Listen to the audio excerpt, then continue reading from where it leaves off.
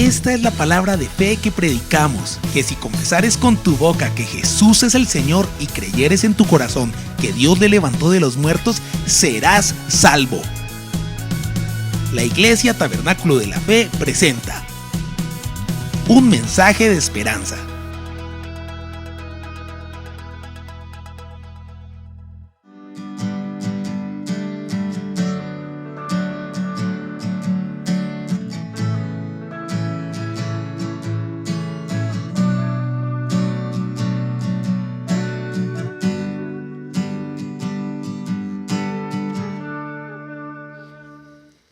Una vez, un campesino, en alguna parte, se fue al campo a cazar y encontró, sin saber cómo, un huevo de águila. De alguna manera, algo había pasado, encontró el huevo y lo llevó a su casa, a la finca que tenía.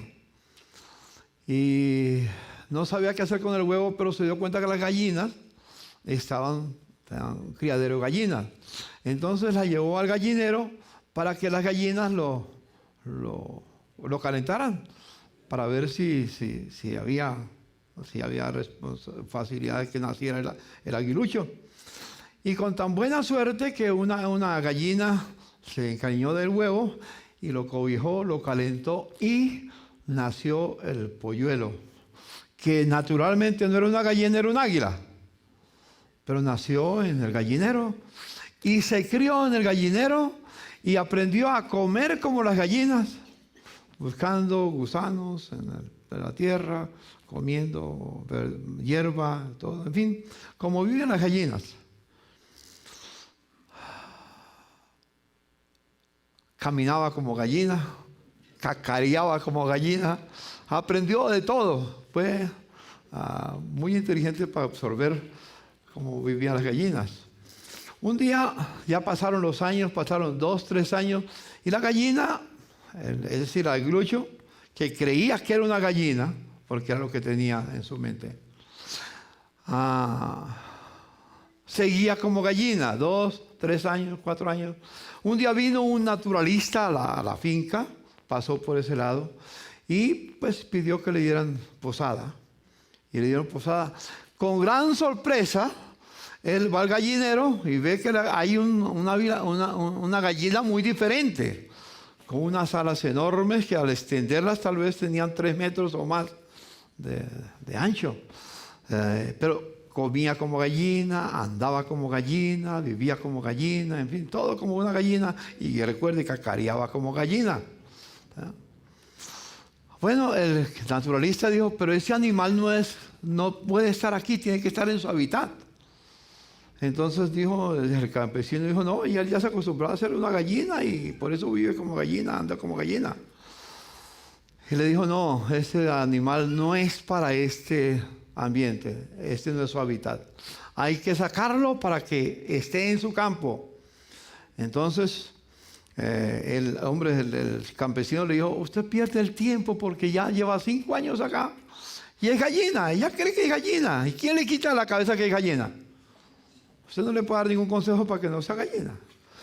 Dijo, no, pero hay algo en su naturaleza que es diferente, muy distinto en su naturaleza.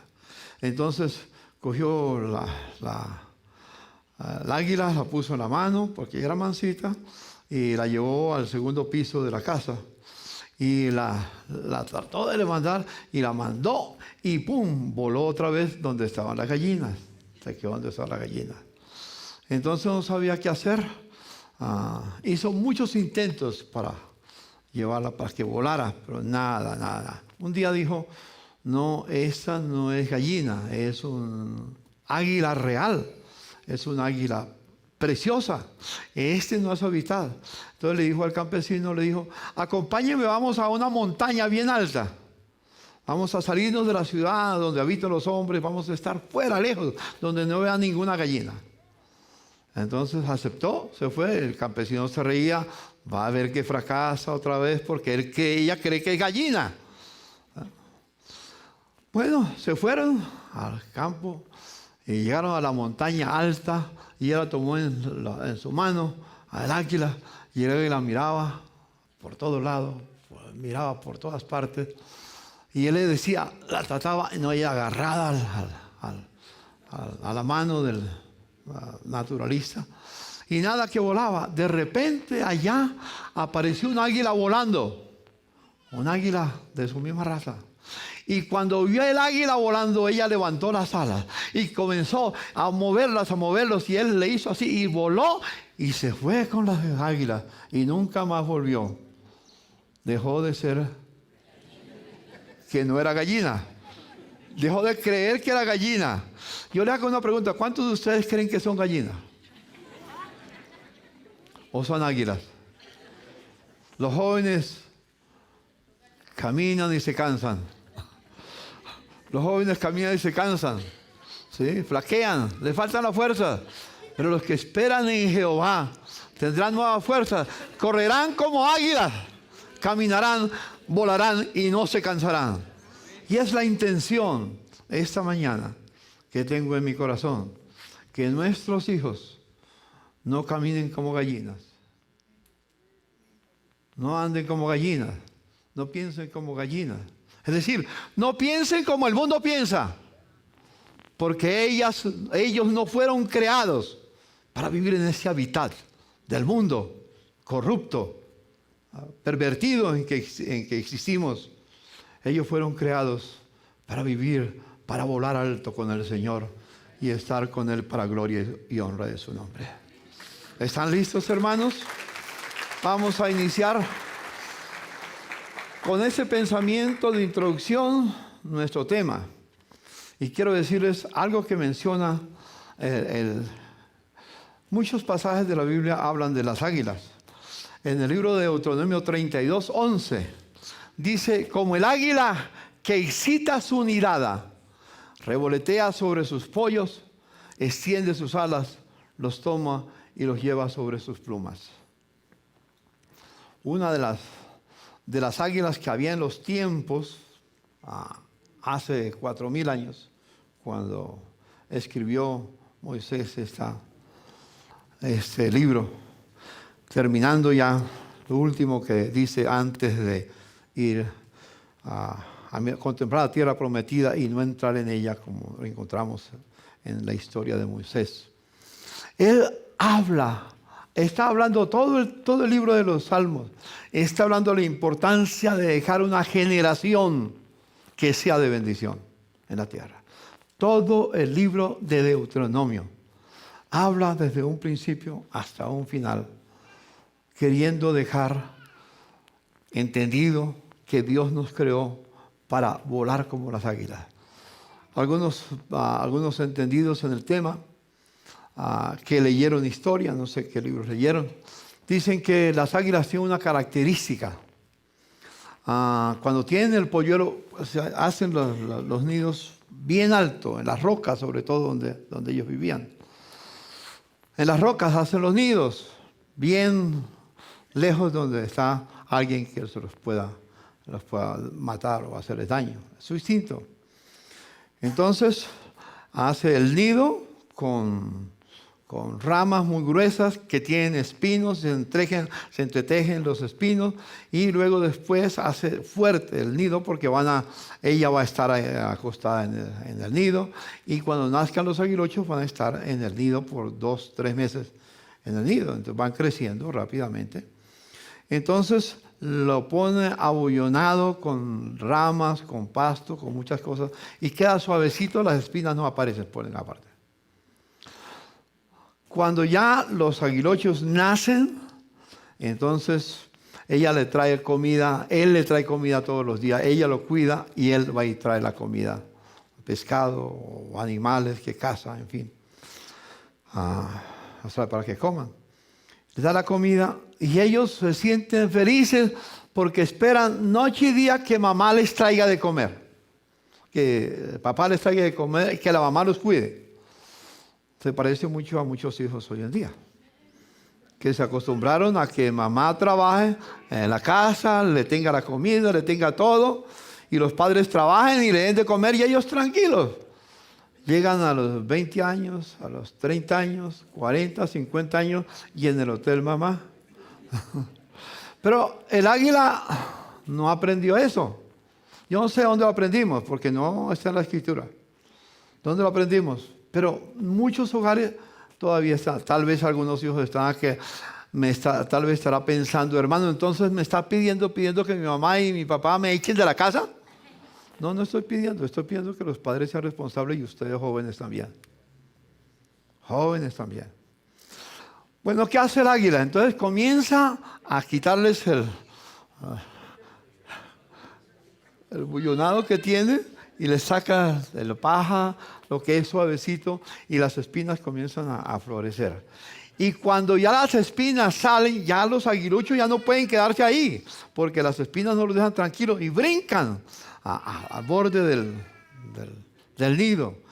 Salen a la rama del árbol y todo.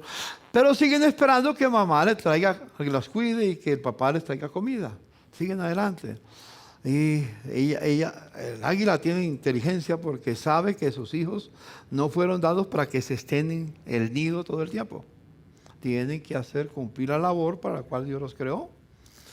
Entonces llega el águila al papá y golpea con las alas donde están ellos y los quiere hacer volar, pero no vuelan. Mueve la ala, da la vuelta para que vean cómo se vuela. Todo lo que tiene es que extender las alas, que el aire los va a llevar, y se mueven las alas y van. Es lo normal en ellos, pero los aguiluchos no quieren, se quedan ahí tranquilos.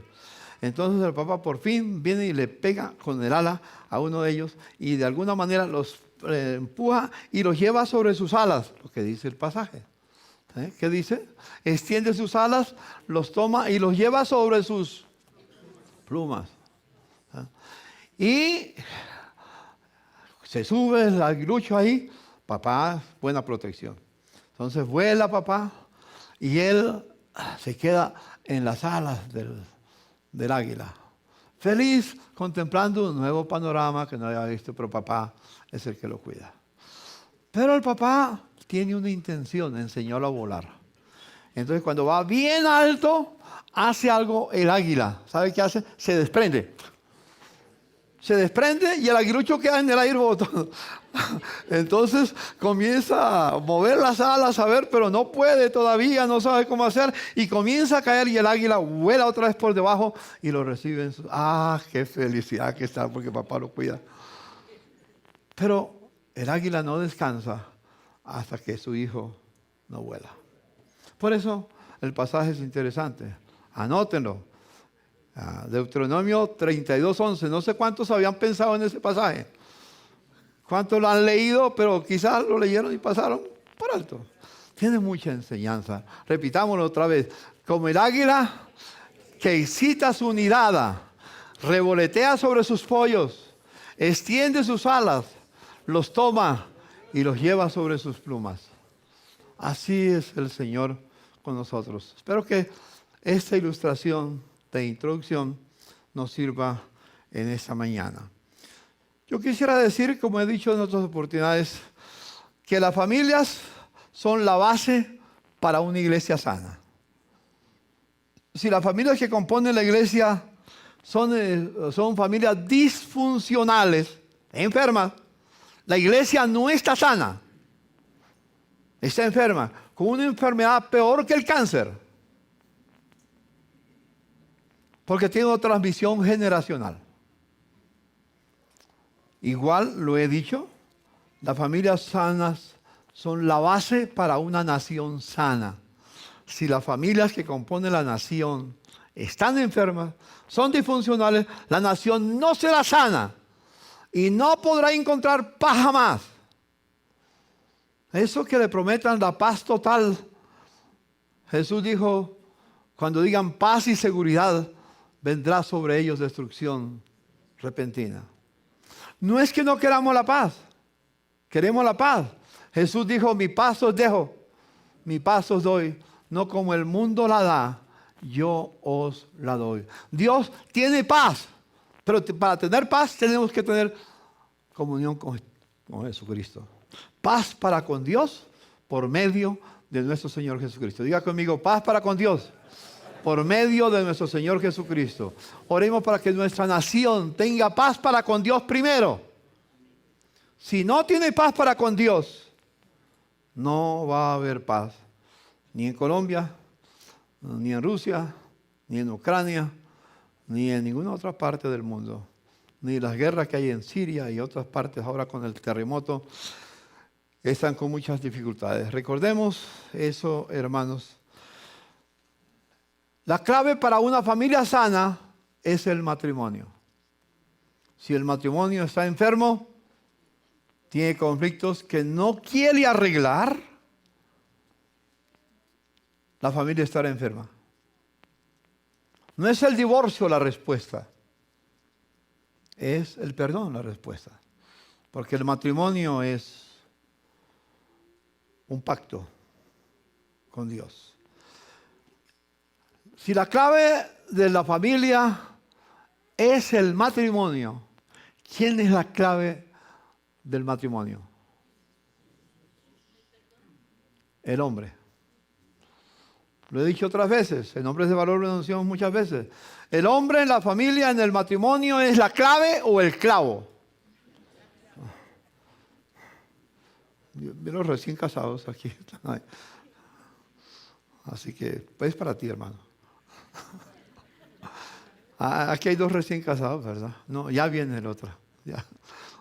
2 recién casados, viene un tercero dentro de poco, viene un cuarto después, no sé cuántos. Pero bendito el Señor, que se casen, hermano, porque que se casen, sí, que se casen ligero. Para mañana es tarde que se casen. Bueno, porque al fin y al cabo no es bueno que el hombre esté solo. Le haré no una jefa, sino una ayuda idónea. Una patrona.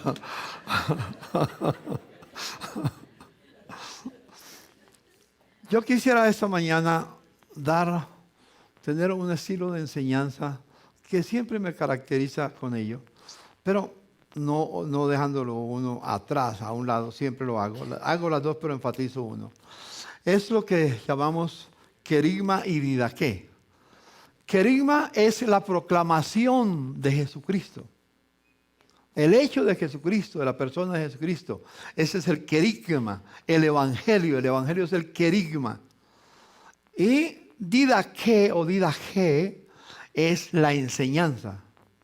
No solamente debemos enseñar quién es Jesucristo, lo que hizo Jesucristo, sino lo que pide Jesucristo. Vayan y hagan discípulos a todas las naciones, enseñándoles que obedezcan todo lo que les he mandado. Tenemos que recobrar y pensar, repasar. Se nos olvida ese mandamiento del Señor Jesucristo. Entonces, voy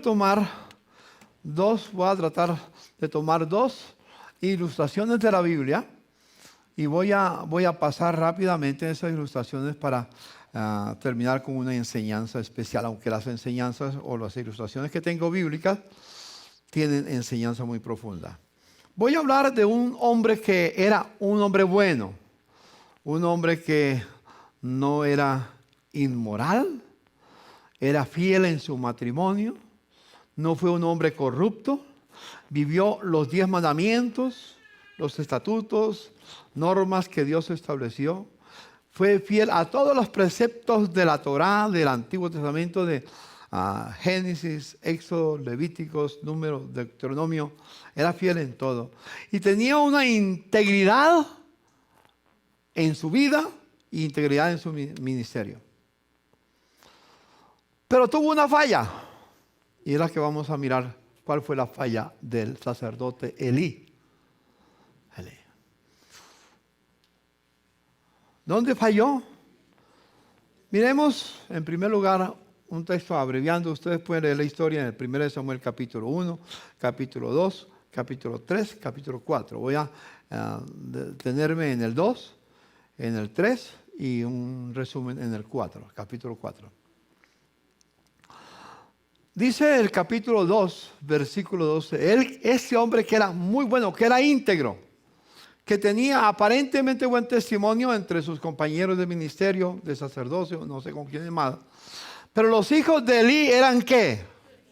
Eran hombres impíos. Y no tenían conocimiento de Jehová. Eso es terrible. Que los hijos de un hombre de Dios sean impíos y no conozcan a Dios. Eso es un mensaje muy serio para un padre. Quiero que pensemos en esto. Venimos de una generación que ha pasado eso vez tras vez, vez tras vez. Pero llegó el tiempo de empezar con una nueva generación. Para la generación que ya estamos acá, en este mundo, que Dios nos perdone y nos ayude a corregir con su gracia lo que tenemos que corregir. Pero las nuevas generaciones se levantan en una manera diferente. Así que, ¿qué les parece ese tipo de familia que tenía Elí? Que sus hijos eran ¿qué? Impíos. Que sus hijos no tenían conocimiento de Dios ni temor de Dios. No cumplían con los preceptos divinos. Ellos les correspondía como hijos de un sacerdote. Y recuerden, bueno, ustedes pueden decir, bueno, gracias a Dios que yo no soy pastor. Es que el sacerdote no es el pastor. Todos somos sacerdotes. Si quiere corroborarlo, léase 1 de Pedro, capítulo 2, versículo 9. Mas vosotros sois linaje escogido, real sacerdocio, gente santa, pueblo adquirido por Dios para que anunciéis las virtudes de aquel que nos llamó de las tinieblas a su luz admirable. Todos aquí somos sacerdotes. Levante la mano y diga, yo soy sacerdote. Aunque no lo hubiera sabido, no importa, ya lo sabe.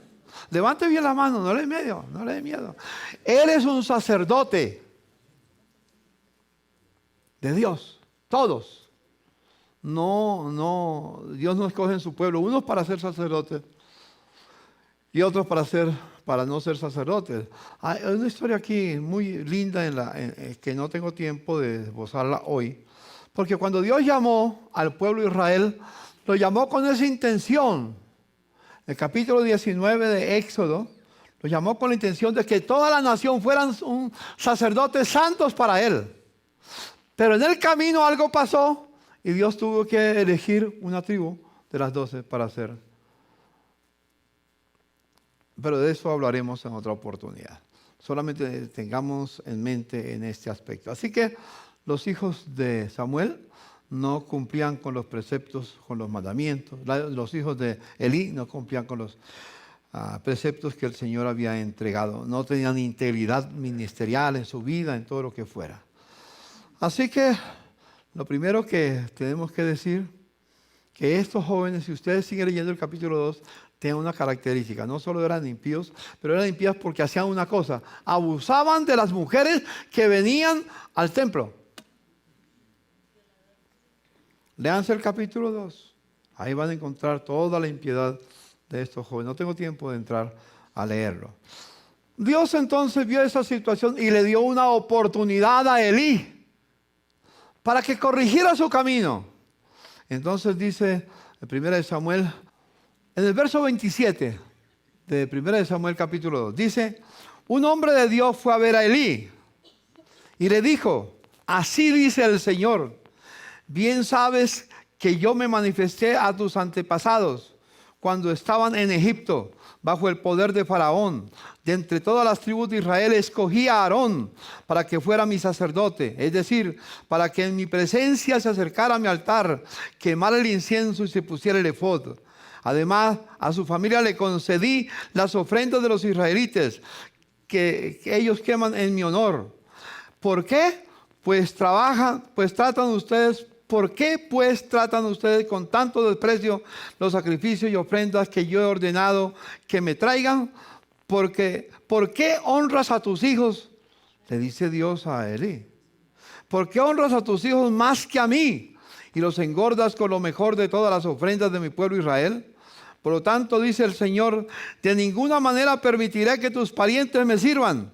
Aun cuando yo había prometido que toda tu familia, tanto sus antepasados como tus descendientes, me servirían siempre. Yo, el Señor Dios de Israel, lo afirmo, yo honro a los que me honran. y humillo a los que me desprecian. En efecto, se acerca el día en que acabaré con tu poder y con el de tu familia. Ninguno de tus descendientes llegará viejo. Mirarás con envidia el bien que se le hará a Israel, y ninguno de ustedes, de sus descendientes, llegará a viejo. Si permito que alguno de los tuyos continúe sirviendo en mi altar, será para arruinarte la vista y abatirte la vida. Y todos tus descendientes morirán en la flor de la vida. Y te doy otra señal de tus dos hijos, Ofni y Fines, morirán en un solo día. Sigue diciendo, pero yo levantaré a un sacerdote fiel, que se refiere a Samuel más adelante, que hará mi voluntad y cumplirá mis deseos. Jamás le faltará descendencia y vivirá una larga vida en presencia de mi ungido. Y los familiares tuyos que sobrevivan vendrán de rodillas. Le rogarán que les regale una moneda de plata y un pedazo de pan. Le suplicarán, dame algún trabajo sacerdotal para mi sustento. Mire lo que dice. Dios le dice, le da una oportunidad. ¿Qué pasó con la oportunidad que le dio? Porque envió un hombre de Dios para decirle, para amonestarlo y decirle lo que va a venir. Entonces, Samuel seguía creciendo, que era su hijo adoptivo, seguía creciendo allí. Y dice un pasaje en el capítulo 3, dice, antes que la lámpara de Jehová fuese apagada, antes de que las tinieblas cubrieran todo el lugar donde se adoraba al Señor. Antes que la lámpara de Jehová fuese apagada, el Señor llamó a Samuel. Lo llamó por 3 oportunidades, 4 oportunidades. 3, creyó Samuel que el que lo llamaba, porque le decía Samuel, Samuel, Samuel. Y él salía corriendo creyendo que Elí era el que lo llamaba. Entonces iba donde Elí y le decía, aquí estoy. Digo, yo no te he llamado, ve y acuéstate, que estás con problemas en tu mente, no sé, no, yo no te he llamado. 3 veces pasa lo mismo. A la tercera vez, Elí entiende algo. Dice, tal vez es el Señor que quiere hablar. Cuando te acuestes y escuche otra vez la voz, dígale, Señor, habla que tu siervo escucha. Y así lo hizo. Se acostó, le dijo, cuando vino la voz, dijo, habla que tu siervo escucha. Y Dios le habló inmediatamente a Samuel. Es muy interesante lo que le habla a Samuel.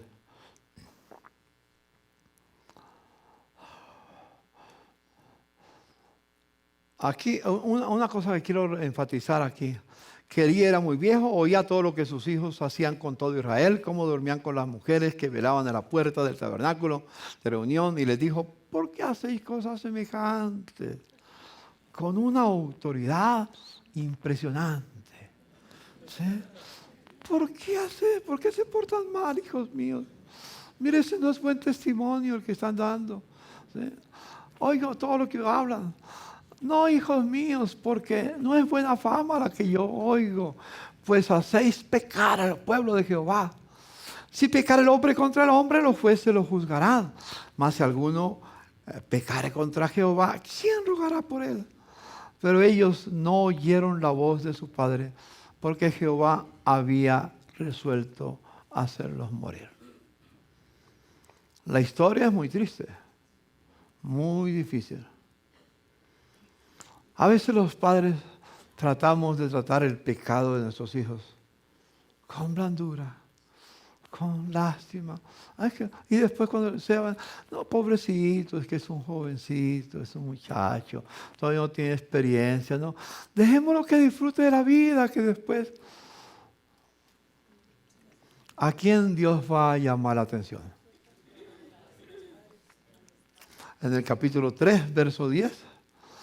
Y vino Jehová y se paró y llamó como las otras veces, la 4ª vez, Samuel, Samuel. Entonces Samuel dijo, habla porque tu siervo oye. Jehová dijo a Samuel, he aquí haré yo una cosa en Israel, que a quien lo oyere le retiñirán ambos oídos.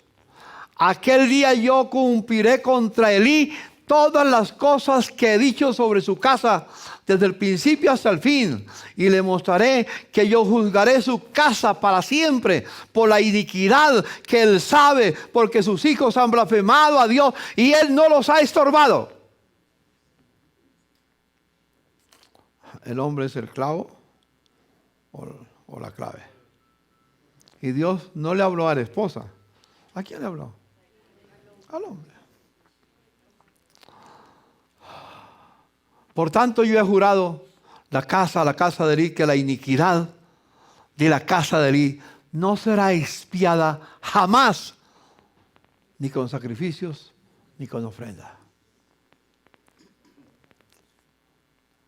Si un profeta de Dios viniera y nos hablara de esa manera en esta mañana, ¿cómo nos sentiríamos? Yo no soy profeta, yo solamente estoy diciendo lo que el Señor dijo. Porque las cosas que antes fueron escritas para nuestra enseñanza, nuestra admonición y ejemplo. Me admira la respuesta de Elí. Y Samuel se lo manifestó todo, sin encubrirle nada. Entonces Elí dijo, escuche, Jehová es que haga lo que bien le pareciere, lo que equivale al lenguaje castizo, que Jehová haga lo que le dé la gana. Tomar en poco la palabra de Dios, la exhortación de Dios, que Dios nos ayude a caminar, a revisar nuestros caminos, cómo hemos andado hasta aquí, hasta este momento. Si ustedes leen el capítulo 4, no lo vamos a leer ahora. Voy a hacer un resumen del capítulo 4 muy sucinto. ¿Sí? El capítulo 4 nos dice algo muy interesante. En el capítulo 4, en la guerra que te dan con los filisteos, sus hijos murieron en la guerra. El ejército de Israel fue derrotado. El arca que habían llevado para que les defendiera, el símbolo de la presencia de Jehová, que habían llevado para que le defendieran, fue tomada por los enemigos. Elí, cuando supo la noticia, como era pesado, gordito, cayó de espaldas y se desnucó y murió el mismo día. Su nuera, que estaba dando a luz, murió también. Escasamente quedó el hijo de la nuera, su nieto. Pero ¿sabe cómo lo llamaron? Icabod. Sin gloria, sin esperanza, sin luz, sin la gracia de Dios. Icabod. El juicio final para una descendencia. Aquí hablamos de una descendencia generacional. De algo generacional. El final será sin gloria y Icabod. Que Dios nos libre. Permítame, sigo el mensaje que voy a la segunda ilustración.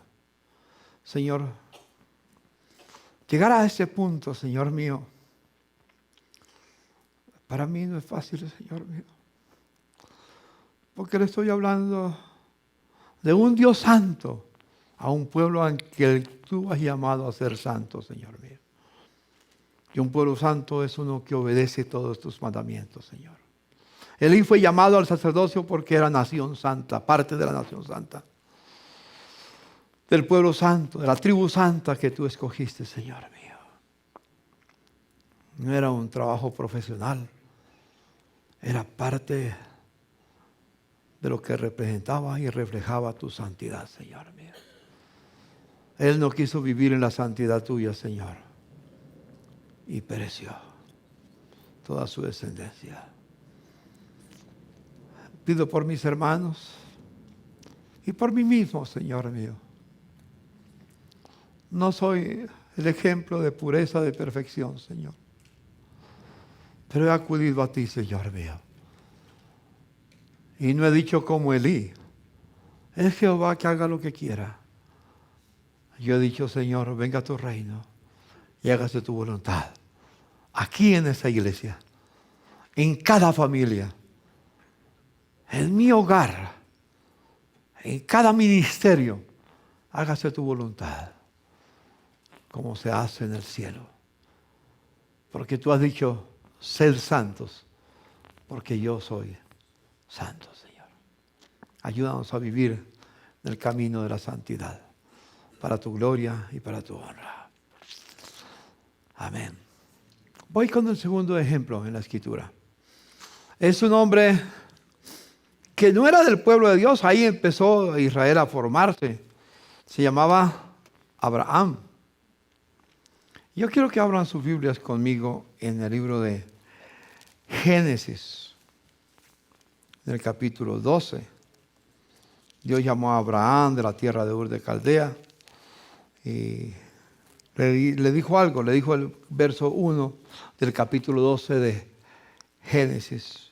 El Señor le dijo a Abraham, deja tu tierra, tus parientes y la casa de tu padre, y vete a la tierra que te mostraré. Haré de ti una nación grande, y te bendeciré, y haré famoso tu nombre, y serás una bendición. Bendeciré a los que te bendigan, y maldeciré a los que te maldigan. Y por medio de ti serán bendecidas todas las familias de la tierra. Hay algo muy interesante en la vida de Isaías, porque el Señor había dicho en el capítulo 15, más adelante, después de que le hace el llamado, capítulo 15, en el versículo 1 al 6, después de esto la palabra del Señor vino a Abraham en una visión y le dijo, no temas, Abraham, yo soy tu escudo y muy grande será tu recompensa. Pero Abraham le respondió, Señor y Dios, ¿para qué vas a darme algo si aún sigo sin tener hijos? Y el heredero de mis bienes será Eliezer, el de Damasco, un siervo, un esclavo. Como no me has dado ningún hijo, mi herencia la recibirá uno de mis criados. No, ese hombre no ha de ser tu heredero, le contestó el Señor. Tu heredero será tu propio hijo. Luego el Señor lo llevó afuera y le dijo, mira hacia el cielo y cuenta las estrellas, a ver si puedes. Y así de numerosa será tu descendencia. Y Abraham creyó al Señor, y el Señor se lo reconoció como justicia. Además le dijo, yo soy el Señor que te hice salir de la tierra de Ur de los Caldeos para darte posesión de esa tierra. Aquí el Señor le promete que la bendición viene para él y para su familia. Aún no tenía hijos. Isaac no había nacido. No tenía hijos. En el capítulo 18 del mismo Génesis hay una declaración que Dios hace de Abraham. Sin tener hijos, pero ya Dios conocía el corazón de Abraham. Así como Dios conoce tu corazón y mi corazón. Dice en el capítulo 15, en el capítulo 18, versículo 17 al 19, dice, pero el Señor estaba pensando, ¿le ocultaré a Abraham lo que estoy por hacer? Es un hecho que Abraham se convertirá en una nación grande y poderosa, y en él serán benditas todas las naciones de la tierra. Yo lo he elegido para que instruya a sus hijos y a su familia, a fin de que se mantengan en el camino del Señor y pongan en práctica lo que es justo y recto, y así el Señor cumplirá lo que ha prometido. ¿Cómo se recibe la promesa de Dios? A través de ser fiel. A través de enseñar a nuestros hijos, a la familia. ¿A quién le corresponde? Al hombre.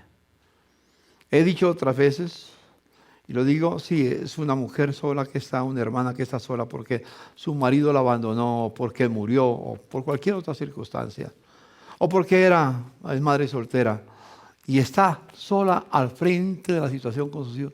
Dios te da esa responsabilidad a ti como mujer.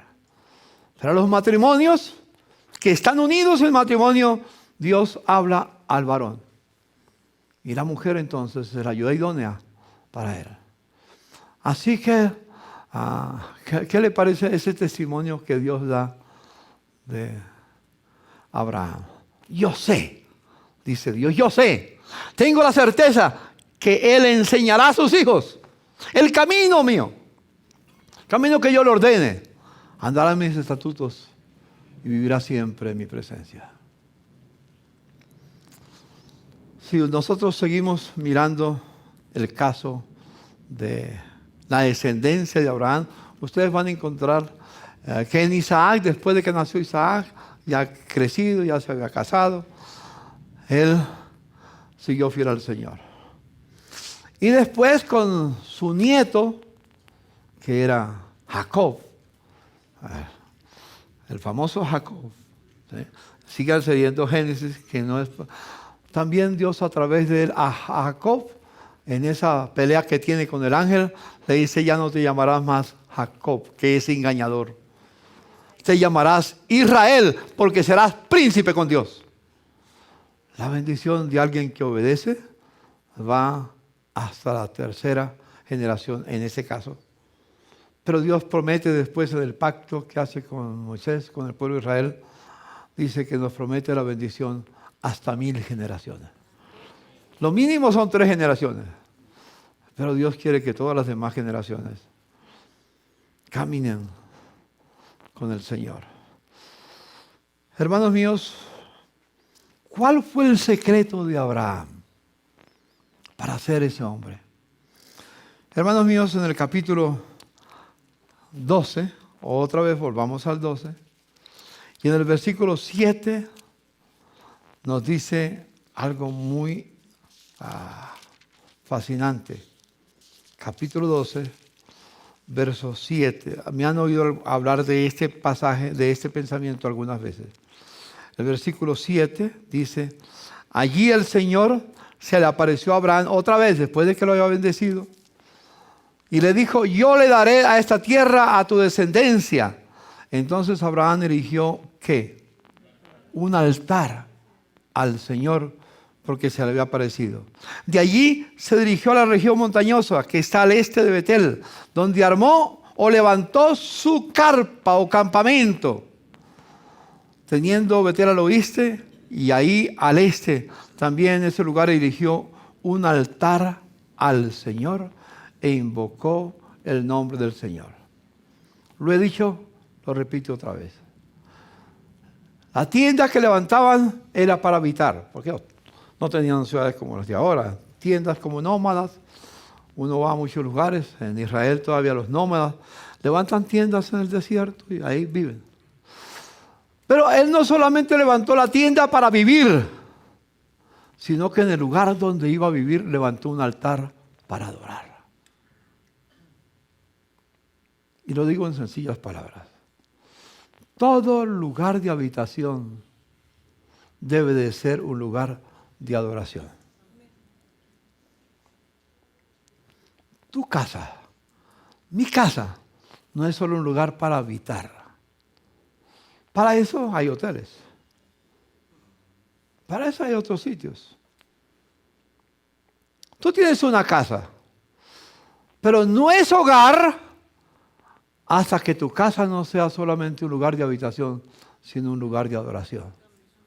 Entonces se convierte en hogar. ¿Me comunico? El secreto, qué diferente a Elí, ¿no es cierto?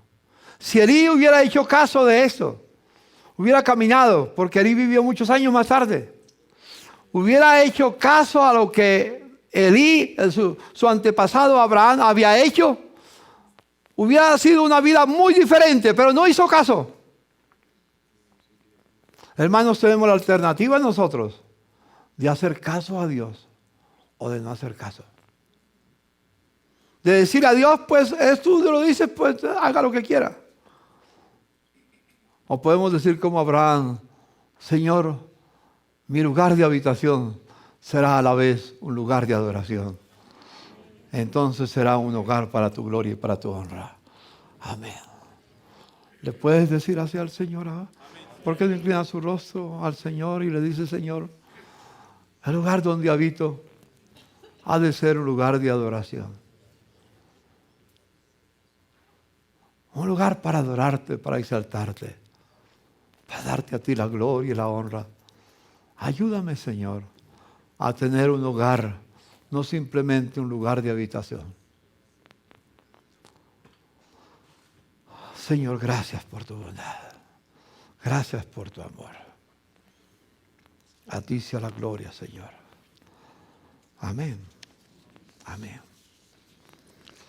Vamos entonces a ver cuál es el secreto.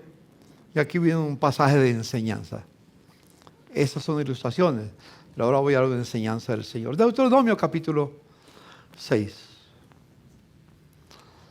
Deuteronomio capítulo 6 es muy interesante porque Deuteronomio es el libro que escribió Moisés para resumir toda la peregrinación que habían tenido desde que salieron de Egipto hasta poco antes de morir él o de partir, porque desapareció y nunca se encontró su cuerpo. En el libro de Deuteronomio, en el capítulo 5, el capítulo 4 es muy interesante notarlo porque dice, ¿qué pueblo habrá entre vosotros? Dice el capítulo 4, verso 5 en adelante. ¿Qué pueblo hay entre vosotros que tenga leyes, estatutos, como los que tienen ustedes en Israel, en el pueblo de Dios? ¿Qué pueblo tiene un Dios tan grande, tan maravilloso, tan incomparable como el que tienen ustedes? Y Dios promete hacer de ellos una gran nación. Una nación muy especial, una gran familia, algo muy especial. Entonces, el capítulo 5 le repite los 10 mandamientos. Siempre Dios repite los 10 mandamientos. De aquí, pues, hemos tratado de que haya 10 mandamientos hasta donde sea posible. Tenemos acá los 10 mandamientos. Tenemos allá donde se toman el café, los 10 mandamientos. Y en los salones de la iglesia infantil están los 10 mandamientos. No sé si los profesores hacen énfasis o no. Porque tal vez está como adorno. Pero no es adorno. Es lo que Dios ordenó hacer. Estamos muy preocupados con la iglesia en las casas. ¿Qué vamos a hacer con la iglesia en las casas? ¿Qué se va a enseñar? Dentro de poco vamos a iniciar. El Ministerio de Consolidación ha hecho un trabajo excelente, excelente. Pero los hermanos que están allí no saben cómo presentar el Evangelio. Yo les pregunto a ustedes, ¿cuántos de ustedes saben cómo presentar el Evangelio? La mayoría me dice, pastor, yo no traigo a nadie porque no sé cómo hablarle. Lo invito a que vaya a la iglesia, pero no quieren venir. No, el Señor dijo a Pedro, te haré pescadores de hombres. Y un pescador no espera que el pez venga a buscarlo. ¿Qué hace el pescador? Sale a buscar los peces donde están. El mundo, aquí en Bogotá, hay por lo menos 9 millones que no conocen al Señor. No me diga que no hay nadie a quien hablarle. Seguro que en su casa tiene a su familia, alguien de la familia, el papá, la mamá, el tío, la tía, la abuela, el primo, el sobrino, el vecino, cualquier persona que conoce, amigos. ¿Sabe dónde van a pasar la eternidad esas personas? En el infierno, si no tienen a Cristo. Que la única esperanza de la vida eterna es Jesús. No hay nadie más sino Jesucristo. Entonces, aquí hay un pasaje muy interesante que yo quiero que lo miremos. Deuteronomio 6 del 1 al 9. Vamos a leerlo juntos. Anoten en sus tablets que tienen, y escriben muy bien. Bueno, en fin, dice, estos pues son los mandamientos, estatutos y decretos que Jehová, vuestro Dios, mandó que os enseñase, para que los ponga por obra en la tierra a la cual pasáis vosotros para tomarla. No para que lo sepan, sino para que los obedezcan, para que los practiquen, para que los pongan por obra. Para que temáis a Jehová tu Dios, guardando todos sus estatutos, sus mandamientos que yo te mando, tú, tu hijo y el hijo de tu hijo, todos los días de tu vida, para que tus días sean prolongados.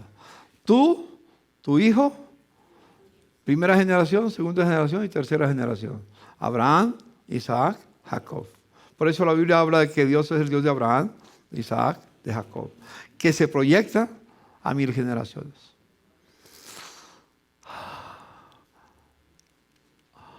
Oye pues, oh Israel, y cuida por ponerlos por obra, para que te vaya bien en la tierra que fluye leche y miel.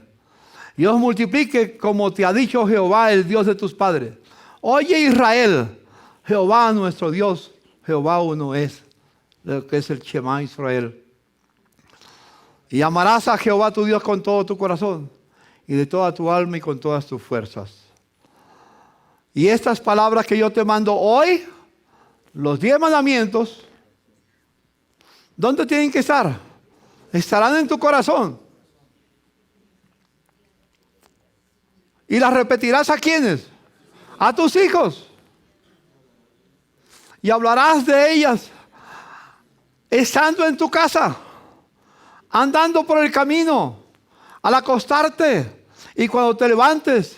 Y las atarás como una señal en tu mano y las estarán como frontales entre tus ojos y las escribirás en los postes de tu casa y en tus puertas. Es decir, en todo lugar. Un hogar que no es solamente un lugar de habitación, sino un lugar de adoración. Conoce la ley de Dios. Conoce la ley del Señor. Y vive la ley del Señor. Más adelante dice ustedes leen, y cuando tus hijos te pregunten, ¿por qué tenemos que guardar esos mandamientos? Le contará todo tu testimonio de lo que Dios ha hecho contigo. Yo recuerdo años atrás, yo me reuní con mis hijos y les conté la historia de la familia.